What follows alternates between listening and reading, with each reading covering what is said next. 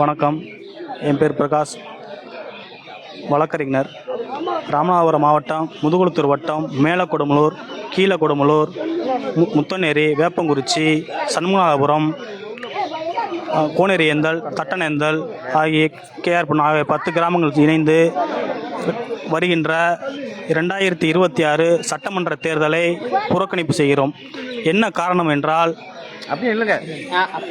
கடந்த மார்ச் மாதம் சிவகங்கை மாவட்டம் மானாமதுரை கிராமத்தில்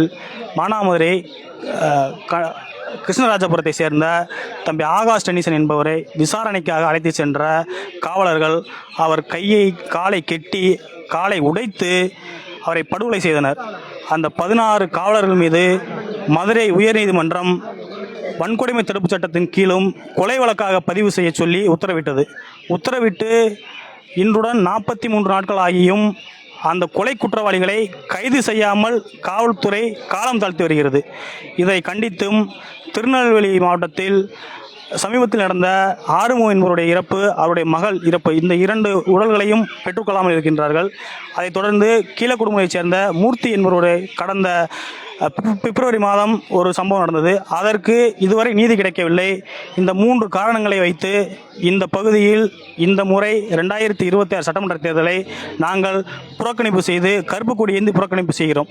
நன்றி, வணக்கம்.